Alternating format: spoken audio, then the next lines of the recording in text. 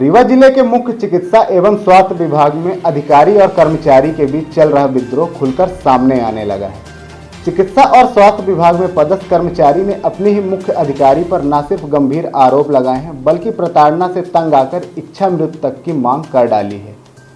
दरअसल इच्छा मृत्यु की मांग लेकर कलेक्ट्रेट कार्यालय पहुंचे चिकित्सा एवं स्वास्थ्य विभाग के प्रभारी एपीएम शिवशंकर तिवारी ने प्रभारी सीएमएचओ पर गंभीर आरोप लगाए हैं।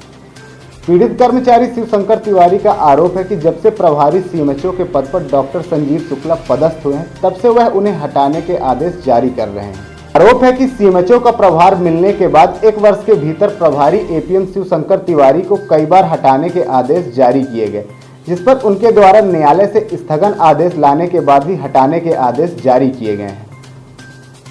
बताया गया कि इस मामले में उच्च न्यायालय में सुनवाई के दौरान सीएमएचओ के सारे आदेश निरस्त कर दिए गए। बावजूद इसके आरोप है कि एपीएम को सस्पेंड कर देने और टर्मिनेट करने की धमकी दी गई और उनकी वेतन वृद्धि तक रोक दी गई। फिलहाल अपनी उक्त समस्या को लेकर आज कलेक्ट्रेट कार्यालय पहुंचे प्रभारी एपीएम शिवशंकर तिवारी ने बताया कि बार बार न्यायालय जाने के लिए उनके पास अब पैसे नहीं बचे हैं और अब हालात यह है कि 3 बेटियों का स्कूल और कॉलेज में एडमिशन कराने तक को पैसे नहीं बचे हैं। फिलहाल मुख्य चिकित्सा एवं स्वास्थ्य विभाग के प्रभारी एपीएम ने अपने ही जिला अधिकारी पर गंभीर आरोप लगाते हुए शासन और प्रशासन से इच्छा मृत्यु की मांग की है। क्या नाम है आपका और कलेक्ट्रेट आए हैं क्या?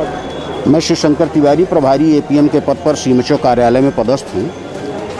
मुझे जब से डॉक्टर संजीव शुक्ला सीएमएचओ बने हैं, विगत 1 वर्ष के अंदर मुझे कई बार हटाने के लिए कई बार आदेश जारी किए, जबकि उस संदर्भ में माननीय उच्च न्यायालय के लगातार स्थगन भी प्राप्त होते रहे हैं। स्थगन के बावजूद भी वो मुझे हटाते गए और स्थगन के बाद मुझे उनने अभी जो स्थानांतरण हुआ उनने मेरा स्थानांतरण भी कर दिया, जबकि अभी 1 तारीख को सुनवाई हुई, उसमें उनके द्वारा किए गए सारे आदेशों को निरस्त कर दिया।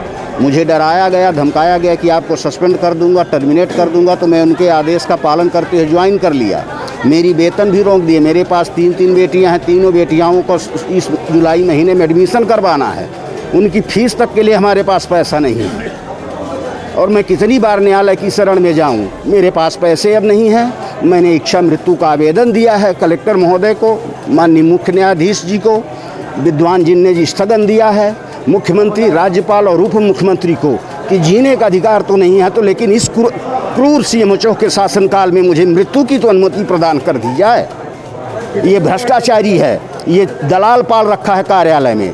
15 वर्ष से एक ही सीट में जब बैठे हुए बाबुओं को इनने सीट तक परिवर्तित नहीं किया। स्थानांतरण की तो दूर की बात है, इनने मुझसे पैसे की डिमांड करवाया, मैंने पैसे देने से मना कर दिया, तो मुझे फिर से इनने स्थानांतरण कर दिया, जबकि मेरा नियमानुसार स्थानांतरण नहीं होना चाहिए। कलेक्टर महोदय, प्रभारी मंत्री महोदय को भी गुमराह किया। जो स्थानांतरण का प्रस्ताव बना के भेजा उसमें इनके द्वारा मुझे ज्ञात है कि इनके द्वारा स्थगन, माननीय उच्च न्यायालय के स्थगन का हवाला नहीं दिया गया। तब मेरी स्थानांतरण में माननीय कलेक्टर महोदया और माननीय प्रभारी मंत्री महोदय के द्वारा अनुमोदन प्राप्त दिया गया होगा। कलेक्टर मैडम से मुलाकात नहीं हो पाई है, मैंने उनके कार्यालय में ये डाक लगा दिया है और बाकी जगहों पे मैंने स्पीड पोस्ट से कोरियर कर दिया। कितने माह का वेतन है? जुलाई महीने का, 1 माह का, जून पेड जुलाई जो मिलना चाहिए। जब मैं नियमित ड्यूटी कर रहा हूँ तो मेरी नियमित वेतन मिलनी चाहिए। उनके आदेश में लिखा हुआ है कि 1 सप्ताह का समय, तो जब 1 सप्ताह का समय, तो मैंने 17 तारीख तक के लगातार हस्ताक्षर किए हैं कार्यालय में और इनके द्वारा 18 तारीख को अटेंडेंस उपस्थिति पंजी में लिख दिया गया है कि रिलीव टू रायपुर CSC। हम इस समय रायपुर में मैंने ज्वाइन कर लिया है, लेकिन माननीय उच्च न्यायालय ने मुझे अभी 1 तारीख को जो आदेश अंतिम निर्णय पारित किया गया है, तो उनके सारे आदेशों को निरस्त कर दिया गया है।